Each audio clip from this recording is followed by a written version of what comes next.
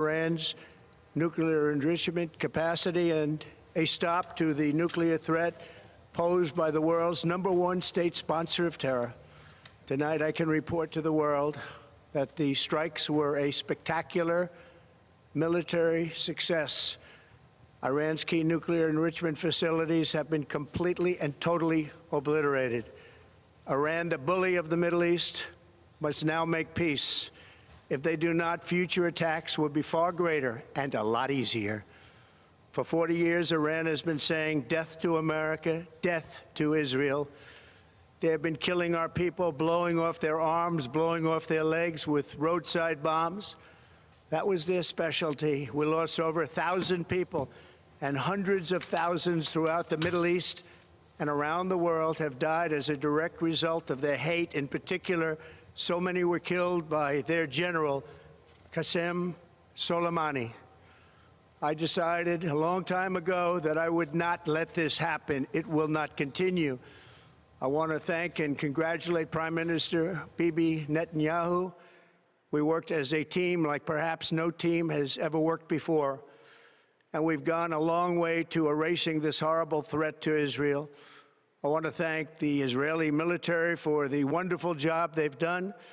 And most importantly, I want to congratulate the great American patriots who flew those magnificent machines tonight, and all of the United States military on an operation the likes of which the world has not seen in many, many decades. Hopefully, we will no longer need their services in this capacity. I hope that's so. I also want to congratulate the chairman of the Joint Chiefs of Staff, General Dan Raisin-Kane, spectacular general, and all of the brilliant military minds involved in this attack. With all of that being said, this cannot continue. There will be either peace or there will be tragedy for Iran far greater than we have witnessed over the last 8 days. Remember, there are many targets left. Tonight's was the most difficult of them all, by far, and perhaps the most lethal. But if peace does not come quickly, we will go after those other targets with precision, speed, and skill. Most of them can be taken out in a matter of minutes. There's no military in the world that could have done what we did tonight, not even close. There has never been a military that could do what took place just a little while ago. Tomorrow, General Kane, Secretary of Defense, Pete Hegseth will have a press conference at 8 a.m. at the Pentagon. And I want to just thank everybody, and in particular, God. I want to just say, we love you, God, and we love our great military. Protect them. God bless the Middle East. God bless Israel, and God bless America. Thank you very much. Thank you.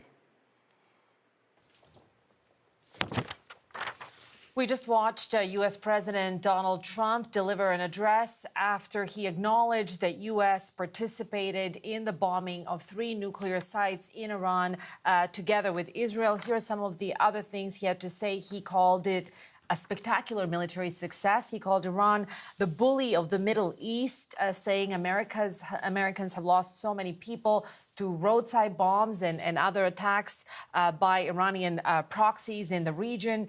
He wanted to congratulate Israeli Prime Minister Benjamin Netanyahu. He called him Bibi, implying an intimate relationship or kinship friendship between the two, saying we've worked together as no countries have before, and saying there will be either peace or tragedy for Iran like nothing that they have seen in the previous 9 days. So a threat there as well.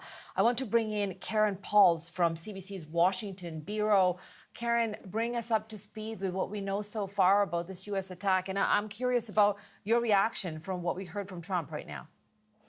Yeah, I mean, like you said, he was describing it as a spectacular military success, said the nuclear facility was totally obliterated, and that he thanked the Israeli military for softening those targets a little bit, but said this was an operation the world hasn't seen for many years, and he thanked the U.S. military for its its work tonight. And again, he said this cannot continue. It has to be peace or there will be more tragedy for Iran. He said there are many targets left. Tonight's was perhaps the most difficult, but also the most deadly. But he said they will attack with precision, speed, and skill to take out the other ones if necessary. He said they could be taken out within a matter of minutes, and that there will be another news conference tomorrow at 8 a.m. at the Pentagon with Defense Secretary Pete Hegseth. So we'll probably get a few more details on what happened. We do know that those B-2 bombers that took off from Missouri yesterday, heading west over to Guam. That's the only bomber capable of carrying those massive ordnance penetrators or bunker-busting bombs. And that's the only type of bomb potentially capable of destroying Iran's underground Fordo nuclear facility, each of them capable of carrying 2 of those bombs weighing 30,000 pounds each. So we know now that those bombers have been used, and that, the president's saying that those completely obliterated the target that they were after tonight. So I guess we'll have to wait and see how Iran responds. We're hearing that people in the region near those nuclear sites were hearing explosions earlier tonight, and that Iran's state-run news agency has acknowledged an attack on the nuclear site, that it was attacked by enemies. So we'll see what the response is, I guess, anytime. So many of the responses are important here, Karen, and some of them are coming in already. I just want to read for our viewers what just came in from the United Nations Secretary General Antonio Guterres. He branded the U.S. strikes on Iran a dangerous escalation in a region already on the edge and a direct threat to international peace and security, saying there's a growing risk that this conflict could get rapidly out of control. This echoes what he had to say when he was in Canada as a guest of Prime Minister Mark Carney earlier this week at G7. What else are you hearing in terms of the reaction from both politicians in the U.S. and internationally?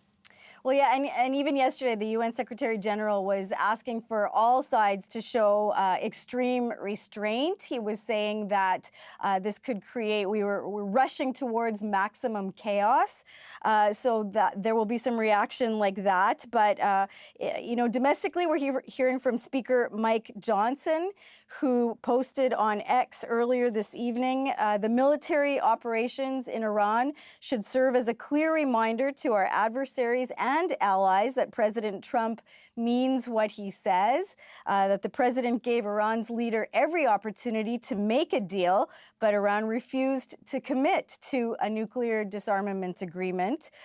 President Trump, he tweeted, has been consistent and clear that a nuclear-armed Iran will not be tolerated, and that posture has now been enforced with strength, precision, and clarity. We're also hearing from Senator John Fetterman, who also tweeted he maintained this was the correct move by the president.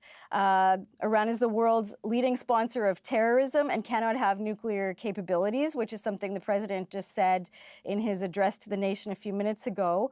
But on the other hand, we're hearing from Congresswoman Yasemin Ansari saying also on social media, Donald Trump illegally took military action against Iran without congressional authorization, risking dragging us into another endless war.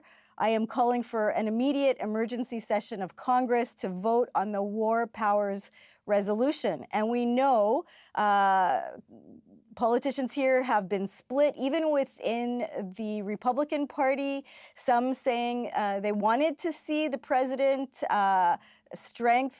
peace through strength attack and back up those words that Iran could not have a nuclear weapon. Others saying no, the MAGA wing in particular saying no, we voted for you. You promised that we would not be dragged into these endless foreign conflicts that shouldn't involve us, that we want our military here at home taking care of our own communities, and we want some of that money spent on domestic issues. People like Tucker Carlson vehemently opposed to military action. So there will be a lot more reaction coming as this evening goes on and into tomorrow and for sure into next week as parliamentarians get back to Congress. Thank you so much for that. Karen, that's CBC's Karen Pauls in Washington. And CBC's Chris Brown joins us again from Jerusalem. Chris, we were talking and then we had to jump out and go to Donald Trump, what he had to say about this. Please let me know. We see sunrise behind you in Jerusalem as a new day dawns to a whole new reality. Listening to Donald Trump, I couldn't help but remark that he called Benjamin Netanyahu Bibi. I think that implies a kind of closeness between two men. Having now listened to both Benjamin Netanyahu and then Trump, what do you make of this? Well, they both leaders sound like this was an unqualified success. There's no room, at least in their public statements, to think that maybe they didn't hit their target because it was a very, very complex operation. Just to recap, we're talking 6 B-2 bombers flying all the way from the middle of the United States across the Pacific Ocean, refueling in Guam, and then flying in and dropping 6 of these enormous 30,000-pound bombs that had never been used in anger before on a mountain, penetrating 80-some-odd meters underneath, trying to take out a reinforced steel concrete bunker that was the heart of Iran's nuclear program. Obviously, there was no guarantee of success in this, and that was one of the caveats going in: is can the U.S. actually guarantee, if it does that, that it's going to be a success? But again, both leaders didn't seem to leave any room for the fact that this hadn't happened. Benjamin Netanyahu talking about a pivot in history, as though his arch nemesis had been defanged. And again, I was just saying before Trump came in, you know, if you go back to October 7th, when Hamas attacked southern Israel, most Israelis, yes, they obviously blamed Hamas, but they equally blamed Iran. Iran was the financier and weapons provider for Hamas, and not just Hamas, also for Hezbollah to the north in Lebanon as well. So at some point over the last 18 months, very early on, the decision was made within Israel, within its security structure, that in order to make sure that this kind of thing, these sort of attacks, these terrible attacks, don't happen again, it's not enough just to take out the proxies. You have to go for the source. And that is why Benjamin Netanyahu was sounding very, very euphoric almost, I would have to say. He's realizing a career goal. It's something he's been talking about publicly for 25 years. We remember back in 2012, he had that moment at the United Nations where he held up that almost cartoon-like bomb in front of the General Assembly, saying if we don't stop Iran now, they're going to get this nuclear weapon. Well, all of that, it would seem, has been realized tonight. Obviously, that's only one part of the stories, though. We're hearing from Iranian state TV issuing very dire warnings, warning that every American in the Middle East, in the Gulf area, could be at risk now. There's tens of thousands of American troops who are on bases scattered all around the region. And Iran certainly, at least with its words, suggesting that all of those people could be targets. There's also the Strait of Hormuz. There's some 40, 50 oil tankers in that area now. It's the most vital waterway, if you will, for the world's economy, certainly one of them. And Iran may have within its power the ability to shut that off. So there's still much to play out here in terms of what the response could be. We've also obviously seen lots of missiles flying into where we are here, flying overhead.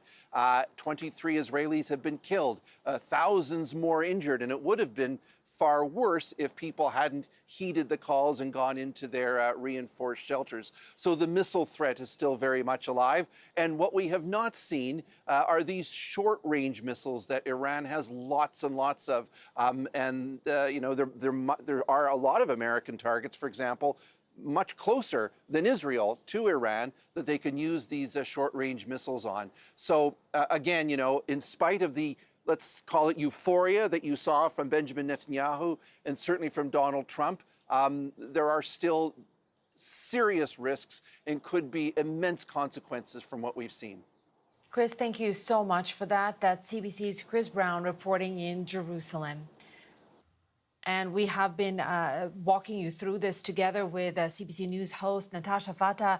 Natasha, we've listened together to Benjamin Netanyahu's short speech and very strongly worded speech, and then Donald Trump's equally short by Donald Trump standards and very strongly worded speech. What stood out for you? What stood out for me is the degree of, as Chris put it, euphoria between these two men, and with Donald Trump, a degree of hubris, the confidence with which he's saying, and it's the use of these adjectives of spectacular military success, a partnership that the world has never seen before. I mean, something quite serious and potentially quite tragic has taken place today. Certainly for Iranians, they're quite afraid of what might come next. It's already been, we are now, as you mentioned, sunrise in Jerusalem. This is day 10 of a war between Israel and Iran. Iran is thoroughly outmatched, but beyond what the Iranian capability is what the people of Iran will be suffering through now. And we know how dire the situation is there on the ground. So certainly the lack of recognition of how scary this is for the world, that there is a potential that things will get much worse before Certainly we return what the UN Secretary General seems to imply. UN obviously does not have, its own army and so on. And many people have argued that it's much less powerful in recent years than it had been decades ago. But Antonio Guterres saying we are on a precipice now of potentially major conflict, and what U.S. has done is unequivocally wrong. I'm also seeing some of the reactions right now. I'm really interested in the internal reaction within the U.S. Yes. We know that Representative Chuck Schumer said that he was briefed just minutes before the attack. with few details. With very few details. We know that, according to some sources at CNN, their host Manu Raju had just gotten through his own channels, is reporting that some U.S. senators he had spoken to said that they were not briefed about this, and certainly that could lead to repercussions for Donald Trump. I was trying to, in a way we always do, of course you can't read people's faces, but I was watching J.D. Vance and Marco Rubio and Pete Hegseth. Absolutely. Looking very stony-faced. Yes. Unusually so. I mean, we see those stony faces when they have these foreign visits, and we see them in the Oval Office, flanked on those couches next to President Trump, and it's odd. The adult in the room is certainly Marco Rubio, the most experienced of these politicians, at serving as a Secretary of State, and often pulls back some of the rhetoric and, again, as I mentioned, the effusive hubris of the president. So it was interesting. We were both watching that because you can tell a lot, but clearly they're all on the same message track, or they certainly don't want to in any way contradict what the president is saying. But you have the president saying to Iran now, get back to the negotiating table or we're going to hit you again. And it's going to be so much faster and it'll take a matter of minutes. He's talking about tragedy, for Iran, like nothing they have ever seen before. I mean, these are very strong words. It struck me also that he concluded with, "We love you, God," something that, maybe you could have heard from, George W. Bush or maybe even Joe Biden, but certainly from Donald Trump, a man whose religion is not widely professed. It's just, there is an unusual tone, even for Donald Trump, an unusual level of, as you said, certainty in the delivery. This reference to God might be a moment of the magnanimity of the situation where he's recognizing how powerful and serious it is. Maybe it's something that comes with older age that you find yourself returning to God. I'm not sure. But certainly the question for many Iranians is, where is God for us right now? And on the Iranian front, we know there's been a degree of defiance. We're also hearing from the Iranian Atomic Agency. They're, of course, condemning the U.S. strikes, and they are vowing to never stop their nuclear program. So if that's the position of the nuclear agency, and that would only be sanctioned by the regime and the supreme leader, well, then are we making any progress on what Western allies want, including the United States and Canada, which is to prevent any sort of nuclear enrichment program within Iran that would potentially lead to a nuclear weapon? And it's very interesting and consequential, as you and I've discussed before, how Iranian people will react. People, many of whom have no love for the oppressiveness of this regime and who recognize that they would perhaps do better under a democratically elected regime, but who also do not like being bombed, like no people like being bombed.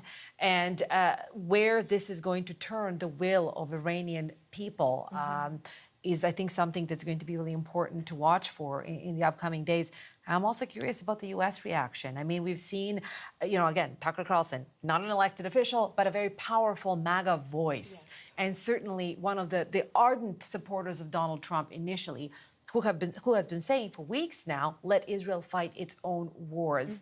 Will there be a splinter among the MAGA factions? We saw these three men tacitly supporting what Donald Trump is saying and silently supporting it, if not verbally.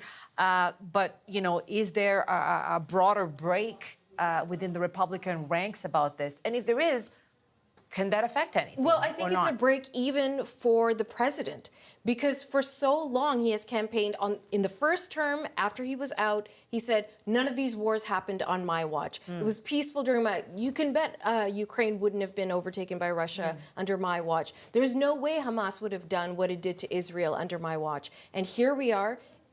We've got Gaza ongoing. The war in Ukraine has not stopped. And we've got a new war that we're managing now, which is what's going on between Israel and Iran. What many analysts have said about the president is that one of his ultimate goals is to get the Nobel Peace Prize. Ironically, Pakistan nominated has just nominated the President paradox Trump. of it. But if you're in the midst of dropping major bunker buster bombs on Iran right now, really, where is the campaign to be a representative of peace? He said he's a peacemaker, he's a deal maker. The deals are not working out right now. They certainly seem very confident that they have crippled Iran's capacity to retaliate in a major way, but I guess we will see how true that is in the days to come. I want to go back to Gary Samore. He's the director of the Crown Center for Middle East Studies at Brandeis University, and he served as President Barack Obama's White House coordinator for arms control and weapons of mass destruction. Gary, thank you for joining us once again. We have talked during different points of today. So much is happening each hour. Now that you've presumably had the chance to hear what President Trump had to say and Benjamin Netanyahu before him, what do you make of this, of how Trump presented this to the American public and the world at large? Well, good to join you again, Deanna. I thought that Trump's speech was very belligerent and triumphant. I would have thought that he would try to reassure Iran that if they don't retaliate, the U.S. does not intend to continue out any further attacks. Now, apparently, the United States is delivering that message privately to the Iranian government in hopes of discouraging them from retaliating against U.S. forces in the region. Whether that will be successful or not, we'll have to wait and see. But the speech was very threatening. And at least publicly, it may make it a little bit more difficult for the Iranians to restrain their response. What do you think happens next? I mean, you worked for Barack Obama in this very capacity of trying to contain the weapons for mass destruction, to trying to walk the delicate line between a policy of deterrence and a policy of diplomacy. It seems that Donald Trump is positioning this as a deterrent, that we made this major act together with Israel. This will ensure that Iran has to resort to ending this war, to not attacking Israel again, or certainly American army bases and so on. And presumably that extends to Iran's proxies as well, like Hamas or Hezbollah. What do you think about that? Is there a possibility that this act of deterrence, as Donald Trump sees it, could work? Well, I think in the immediate term, the Iranian government can't afford to look like it's surrendering, can't afford to look like it's been intimidated to end this war. So I do expect that there will be at least some token retaliation from the Iranian government against U.S. bases in the region. Certainly, they'll continue to fire long range missiles at Israel. At the same time, Iran is in a very weak position.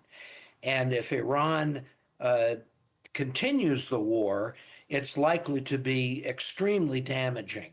So the Iranians may be looking for an off ramp in order to come to a ceasefire and end the conflict. And I don't know whether the Trump administration is competent enough to carry out that kind of diplomacy, but I do think the president would prefer that the war not turn into a long-term conflict between the U.S. and Iran that could result in affecting oil exports through the Straits of Hormuz, could result in loss of life to American service people in the Gulf, and the need for the U.S. to carry out additional attacks. Gary, would possible pressure or involvement of any other powers, not that there is any real rival to the U.S. In terms of military power in the world right now, but there is Russia, there is China, countries that have shown more sympathy towards Iran in the past, countries that, in fact, Xi and Putin issued a joint statement urging the U.S. not to get involved and urging both Israel and Iran to de-escalate. UN has expressed the same kind of sentiment. Is there any chance that the rest of the international community could exert pressure for things to simmer down right now, whether by speaking to Donald Trump or speaking to Iranian leadership? Well, at this point, the question is whether Iran is willing to restrain its retaliation. I don't think the U.S. plans any additional attacks. The U.S. has achieved what it set out to accomplish, which was destruction or damage of these 3 nuclear sites. Of course, we don't know at this point exactly how successful the attacks were. That will become apparent in coming days. The question is whether other countries can help to advise Iran not to carry out an extensive retaliation against U.S. forces or against international shipping in the Straits. And I would imagine that there's going to be quite a few countries who will be lining up to encourage Iran not to overreact. And I don't know whether the Iranian government will listen to that advice. I think politically it will be impossible for the Iranian government to do nothing. I think they'll have to carry out some action. But at the same time, the Iranians may very well look for an off-ramp so that this war doesn't continue and escalate. They will inevitably end up losing even more if the war continues. So they have a strong interest in looking for some way to end it. Gary, just one last question while we still have you. I really appreciate you spending so much time with us today. How much of a breach with previous administrations is this in terms of so many presidents of either political stripe trying to avoid open involvement with Iran or against Iran? How different is this? How much does this fly in the face of foreign policy towards Iran that previous presidents have tried to engage in? Well, the difference is in method, not objective. U.S. presidents going back to Ronald Reagan, when I first started working in the U.S. government, have sought to deny Iran a nuclear weapons capability. Up to now, the U.S. has used many different techniques in order to achieve that objective, including diplomacy, sabotage, export controls, and the threat of force. What Trump has done, he's the first president to use overt military force to try to achieve the objective of denying Iran nuclear weapons. And there's a good reason why previous presidents have been reluctant to use military force. A, they were concerned about the efficacy of military force, and B, they were concerned about the Iranian reaction. Would it lead Iran to leave the Non-Proliferation Treaty and pursue nuclear weapons without international inspection? Would it lead Iran to carry out retaliation that would affect U.S. forces in the Middle East and international oil markets? Trump has now crossed that Rubicon, and we'll have to wait and see whether that gamble pays off or not. Thank you so much, Gary, for all the information and analysis you've offered us today on this very significant day, and a day that carries such grave potential for grave consequences. I really appreciate having all your knowledge with us. Happy to speak to you, Deanna. Thank you. That was Gary Samore. U.S. President Donald Trump has taken credit for the attack on social media. Just last hour, in a Truth Social post, Trump said that a very successful attack on 3 nuclear sites in Iran had been carried out, including in Fordo. Now, Trump added all planes are safely on their way home, and he congratulated our great American warriors. Trump ended his posting by saying, "Now is the time for peace." Okay, once again, folks, from the beginning, we are recapping the breaking news on the war between Israel and Iran. Just a few moments ago, we heard directly from the U.S. President Donald Trump that the United States is responsible for attacking 3 nuclear sites in the country, directly joining Israel's now 10-day war against Iran. Now, have a look at this archival footage. This is a nuclear facility in Isfahan. As I mentioned just a moment ago on Truth Social, Trump has described this as a historic moment for the United States and for Israel. He went on again to say that Iran must agree to end the war. We know that Reuters news agency is reporting that the U.S. used 2 B-2 bombers involved in that strike. And in fact, now we have heard that 6 bombers were involved and 3 locations were struck. The plane is capable of carrying a special kind of bomb that can hit underground targets. These are referred to as the bunker buster bombs. Have a listen to what the president had to say. A short time ago, the U.S. military carried out massive precision strikes on the 3 key nuclear facilities in the Iranian regime: Fordo, Natanz, and Isfahan. Everybody heard those names for years as they built this horribly destructive enterprise. Our objective was the destruction of Iran's nuclear enrichment capacity and a stop to the nuclear threat posed by the world's #1 state sponsor of terror. Tonight, I can report to the world that the strikes were a spectacular military success. Iran's key nuclear enrichment facilities have been completely and totally obliterated. Iran, the bully of the Middle East, must now make peace. If they do not, future attacks will be far greater and a lot easier. That was, of course, President Donald Trump speaking moments ago. You saw him there flanked by his vice president, the Secretary of State, and his Secretary of Defense. We are going to hear from the Secretary of Defense tomorrow. Now, before we heard from Trump earlier in the evening, we spoke with Eric Loeb. He's an expert on Iran from Florida's International University in Miami. He shared his thoughts about how he thinks Iran could respond.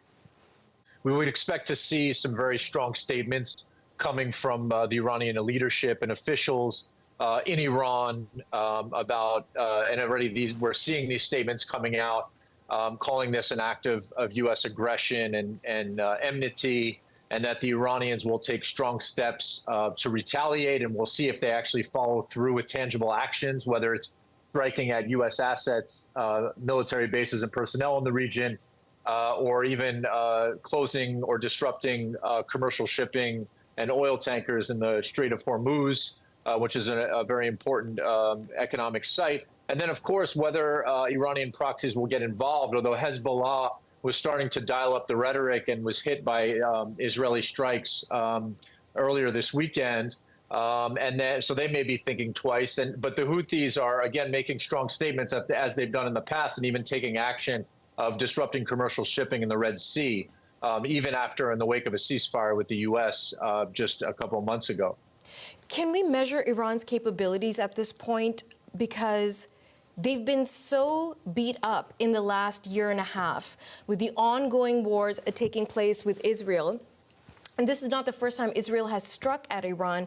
I just wonder if they have the capabilities to mount a much larger attack if other nations were pulled in, if Iraq joins this fight, if Syria gets involved.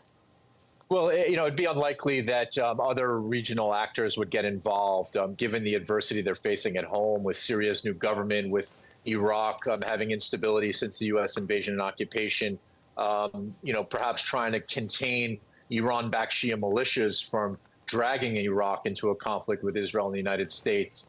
But in terms of Iran's capabilities, I mean, this is really the million-dollar question, whether Iran still has a robust and sizable missile arsenal and drone arsenal, and even whether it has enough launchers at this point that haven't been hit by Israel to launch a meaningful retaliation, either continuing to strike at Israel or now at U.S. targets in the region. And so we'll see in terms of how the Iranians can respond. I mean, even if they've been severely degraded since the Gaza war of October 7th and their partners and proxies, it's still a very dangerous and tenuous situation, given that their backs are increasingly against the wall. And for existential and survival purposes, they may strike out at all costs at this point. Professor, let me ask you about any prospects, any hope for diplomacy at this point, because even now, in this moment, President Trump is saying, hey, Iran, get back to the diplomatic table, get back to negotiating, or else. Is there a path for that right now? Well, the question is what are the Iranians and the Americans going to negotiate over at this point? I mean, again, we still have to wait and see and assess the damage has been done to Iranian nuclear sites. The three sites, their main sites that were struck today. And again, there may be facilities elsewhere. I mean, Israel has struck the inactive, largely inactive Iraq reactor. But if the negotiations were about the Iran nuclear program, and there's not much of a nuclear program to speak of at this point, again, assessing the damage that has been done, then what will they be negotiating over? If anything but a ceasefire. But, right now at this point, the Iranians, are maybe, not in a position right now to come to a negotiating table to try to save face and to even, assess what their options are and what possible responses they may have militarily if they even want to continue to risk escalation and further reprisals from the U.S. and Israel. Let's reset now and go back to the Middle East, where our Chris Brown is joining us once again from Jerusalem. Chris, you joined us. It was still the middle of the night. Now a new day has dawned, and with it, a new reality. Is it a new reality for Israel? What are you hearing from people you've talked to? Well, I think many Israelis will begin their work week and it will feel like a very different place that they live. Benjamin Netanyahu's minute 20 statement that he released in English, clearly aimed not so much at Israelis, but at the world, talked about a pivot in history. It's hard to overstate just how important the issue of Iran and its nuclear program has been for Netanyahu over his very long career leading Israel. He's been talking about it pretty close to 30 years, warning that unless something was done, that Israel's very existence was at risk. We remember him going before the United Nations, holding up that almost comic-like, sphere-like bomb with a lit fuse, imploring the world to do something to stop Iran's nuclear program. Well, according to his statement, according to Donald Trump's statements, there doesn't seem to be any room to suggest that these strikes that were launched just hours ago now haven't done that. We're talking in three places: Isfahan, Natanz, and of course in Fordo. We haven't heard a whole lot coming out of Iran this morning about what their response is to this, other than some scattered statements from Iranian state TV. And those scattered statements have included threats. Threats, they say, to any American in the Middle East is now at risk. We've also heard them saying, well, not a whole lot was done here, just damage was caused to some entryways to Fordo. We've also heard that, well, Fordo was evacuated and there was nothing there left to destroy, that all of this enriched uranium has since been moved. And so that's going to be a very big question mark in the hours ahead, is exactly what is the status of Iran's enriched uranium? This, of course, is used as a fuel, an important fuel. It can have peaceful purposes, but if it's enriched to a very high degree, of course, it becomes the chief component for nuclear weapons. And exactly how close Iran was to creating one, that has been discussed at length.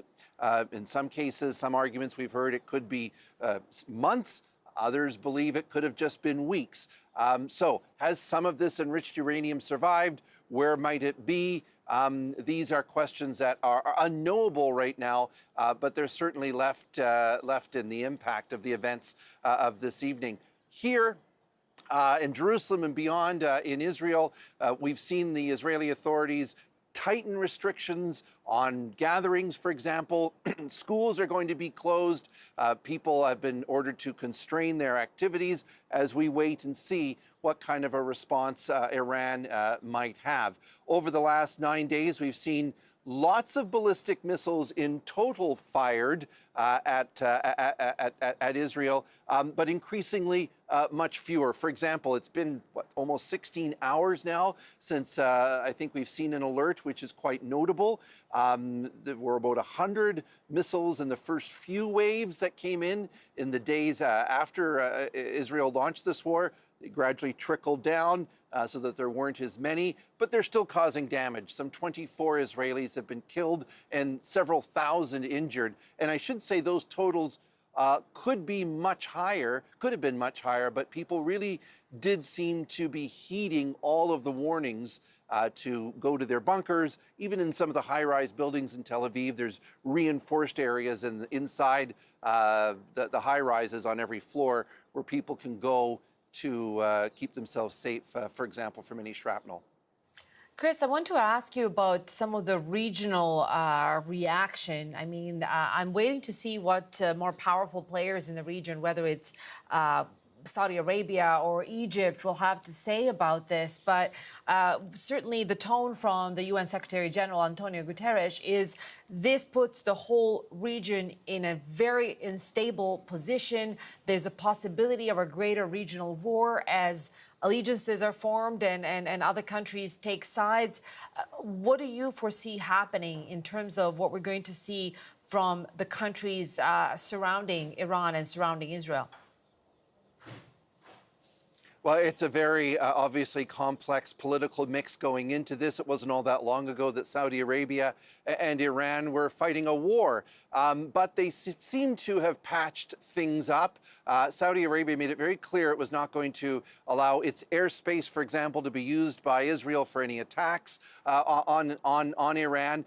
We have a very long dynamic here, ancient dynamic of rivalry and animosity between the largely Sunni countries in the Gulf, Saudi Arabia, UAE, and the Shia in Iran. So all of that is still there. So the reaction from the Gulf states to Israel's attack on Iran had been muted. I don't think there was no appetite for war or conflict of any kind because these countries are trying to rebuild back their economies, and the last thing they wanted was a war on their doorstep that could spill into their countries. There's an Iranian nuclear power plant in Bushehr right on the Persian Gulf coast, and they were also extremely worried that Israel might attack that and could cause radioactive releases. That does not seem to happen. That was not on the target list last night. So I think as the day evolves, you're going to see a very cautious response from these Arab countries. Privately, they may be saying few, good, we're glad, but they're not going to be saying that publicly. Chris, thank you so much for that. That's CBC's Chris Brown reporting in Jerusalem. And let's go to Washington now, where I'm joined by CBC's Karen Pauls. Karen, we're getting the first glimpse of Trump during his national security meeting in the Situation Room. We have some photos to show our viewers.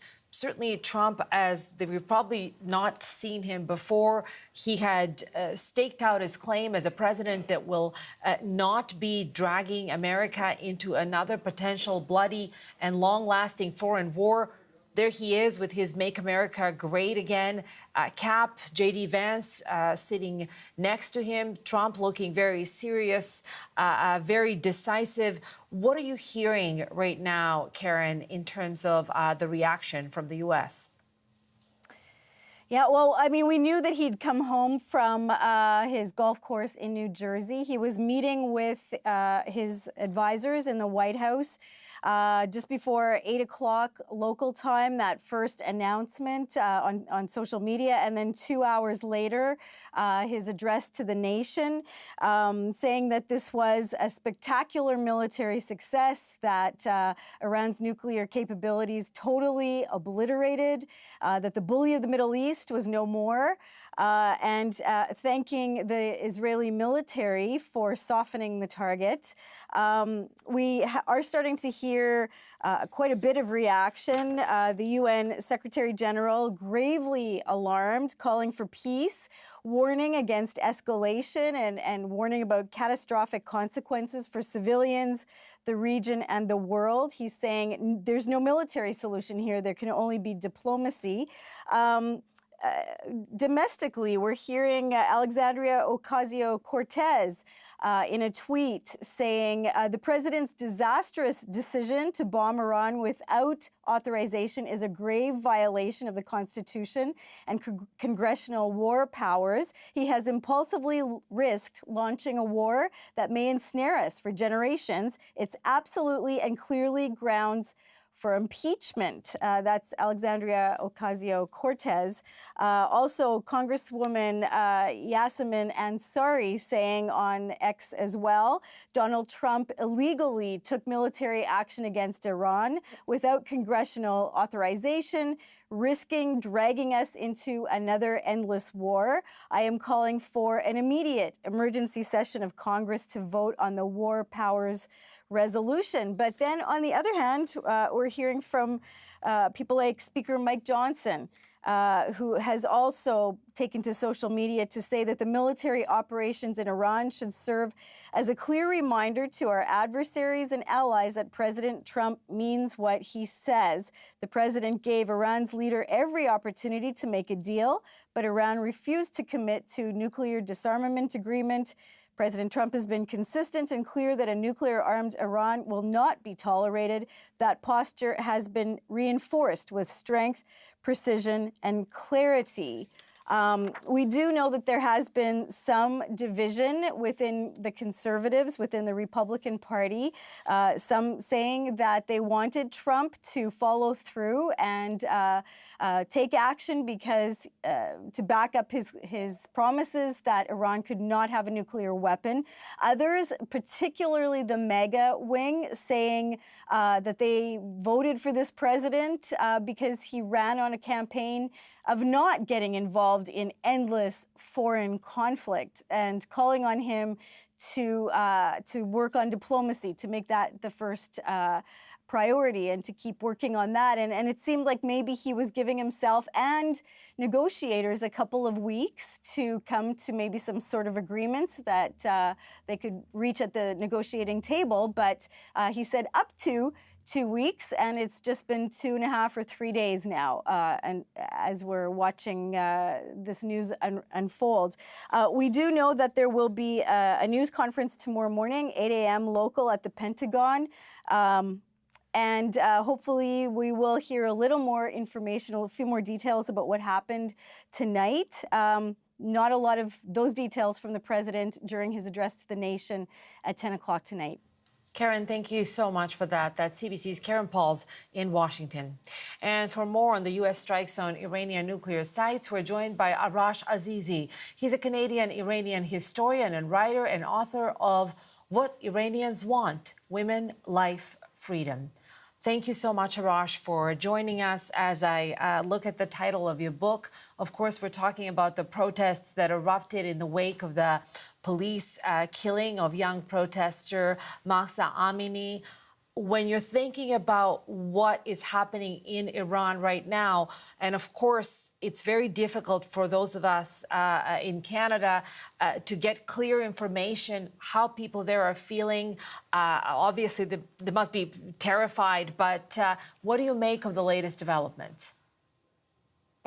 I talk to people in Iran all the time, and yes, it is true. They're terrified. Naturally, their city is being bombed, and they're very uncertain about the future. But I think the will of the Iranian people overall is clear. Their leadership and their regime, Ayatollah Khamenei, for years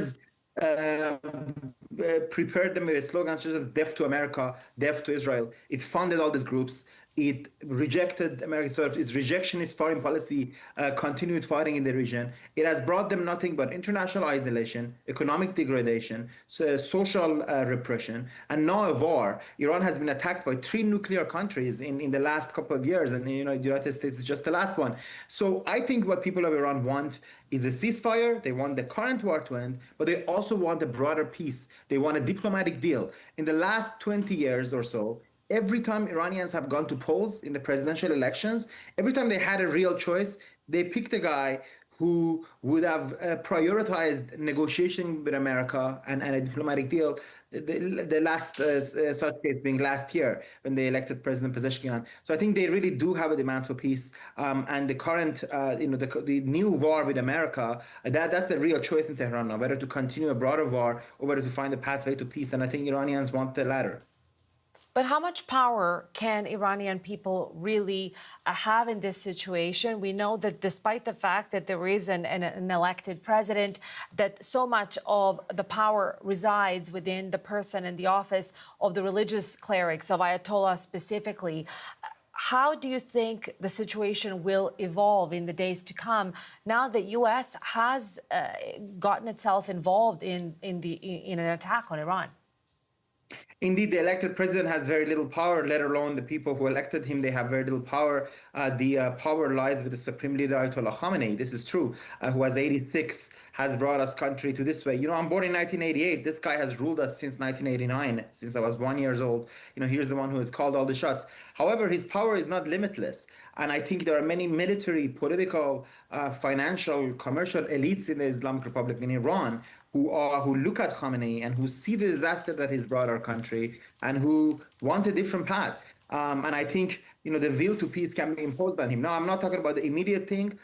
Many different things can happen. Iran might try to hit now some of the evacuated U.S. bases in Iraq, knowing full well that, no one's going to be hurt there. Or it might receive offers from Americans and engage in negotiations more earnestly. But certainly Khamenei has brought us here. His name will go down in infamy, and no matter what. But Iran is not him and not alone him. There are, as I said, there's the people, of course, who can bring political pressure on their leadership. But there's also different sort of elites who I hope will take steps to put Iran back on a peace path. But what particular response Iran will give now and how the U.S. will then respond is up to question. Although I should say about 15 minutes ago, I'm reading some of the Israeli media in Hebrew that says Israel has declared that it will stop the strikes on Iran now, for now, which would be very significant. I don't know whether you've seen it or not. I was just seeing some Hebrew headlines in Israeli media. So if that's true, of course, that would be a significant factor in the situation as well, perhaps giving Iran an off-ramp here. Thank you so much for that. CBC could not independently confirm those news, but thank you for bringing us your point of view. Just quickly, I know that you've been in touch with family and friends in Iran. What are you hearing from them? We are running out of time, so if you could just quickly tell us. I would just say, it's like 5, 6 a.m. in Tehran, and most people are very terrified. We're very worried about radioactive potential leaks from this. The Iranian government has said so far that there's nothing to worry about, that they had emptied these sites because they knew there would be attacks. But certainly these are days of, it's clear that this war is not ended as quickly as some had hoped for. So people of Iran are watching with fear, perhaps a little bit of hope that this could be over at some point, but certainly a lot of uncertainty is what they have tonight. Thank you so much for that. That's Arash Azizi. He's a Canadian-Iranian historian and writer and author of What Iranians Want: Women, Life, Freedom. And we're looking at the live shot of the White House on a very consequential day for U.S. and world events. Really, President Donald Trump has acknowledged that U.S. has participated in the bombing of 3 nuclear sites in Iran, an attack carried out in conjunction with Israel. We're awaiting for reaction both from Washington and from abroad, and we'll bring you all the news in the hours to come.